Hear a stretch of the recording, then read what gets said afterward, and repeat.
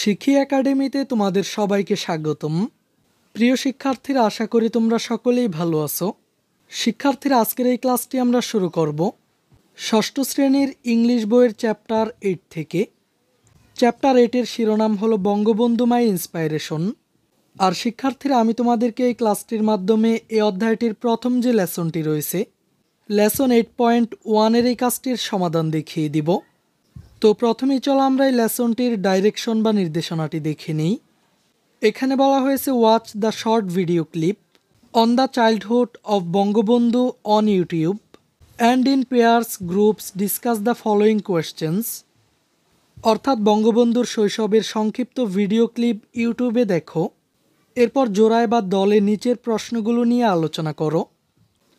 তো শিক্ষার্থীরা, প্রথমেই তোমরা যেই কাজটি করবে, প্রথমেই তোমরা ইউটিউবে গিয়ে বঙ্গবন্ধুর শৈশবের সংক্ষিপ্ত ভিডিও ক্লিপ লিখে সার্চ করবে। এরপর তোমরা সেখান থেকে 3 মিনিট 38 সেকেন্ডের ভিডিও ক্লিপটি দেখে নিবে। তারপর তোমরা জোড়ায় বা দলে নিচের এই প্রশ্নগুলো নিয়ে আলোচনা করবে। এখানে প্রথম প্রশ্নটি হলো হোয়েন ওয়াজ বঙ্গবন্ধু বোর্ন, অর্থাৎ বঙ্গবন্ধু কবে জন্মগ্রহণ করেছেন। এরপর দ্বিতীয় প্রশ্নটি হলো হোয়াট ওয়াজ হিজ নিকনেম, অর্থাৎ তার ডাকনাম কি। আর তৃতীয় প্রশ্নটি হলো do you think Bangabandhu was very friendly in his childhood, অর্থাৎ তুমি কি মনে করো বঙ্গবন্ধু তার শৈশবে খুব বন্ধুত্বপরায়ণ ছিলেন। ইফ ইয়েস, যদি হ্যাঁ হয়। হাউ ডু ইউ নো, তাহলে তুমি কিভাবে জানো। এরপরের প্রশ্নটি হলো can you tell a childhood story of Bangabandhu, অর্থাৎ তুমি কি বঙ্গবন্ধুর শৈশবের কোনো গল্প বলতে পারো। That expresses his love for the people, যা মানুষের প্রতি তার ভালোবাসা প্রকাশ করে। আর সবশেষ প্রশ্নটি হলো does Bangabandhu inspire you to support the truth, অর্থাৎ সত্যকে সমর্থন করতে বঙ্গবন্ধু কি তোমাকে অনুপ্রাণিত করে। ইফ ইয়েস হাউ, যদি করেন তাহলে কিভাবে।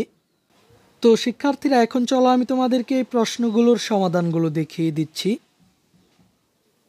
প্রথম প্রশ্নটি ছিল হোয়েন ওয়াজ বঙ্গবন্ধু বোর্ন, অর্থাৎ বঙ্গবন্ধু কবে জন্মগ্রহণ করেছেন।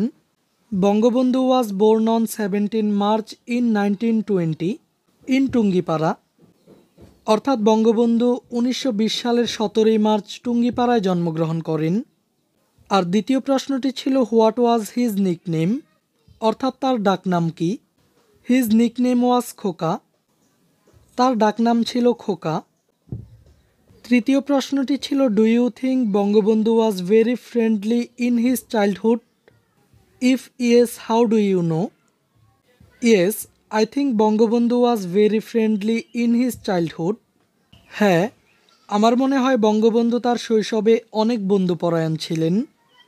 Because I know that he always stood by his friends in times of need. He loved his friends and other people very much.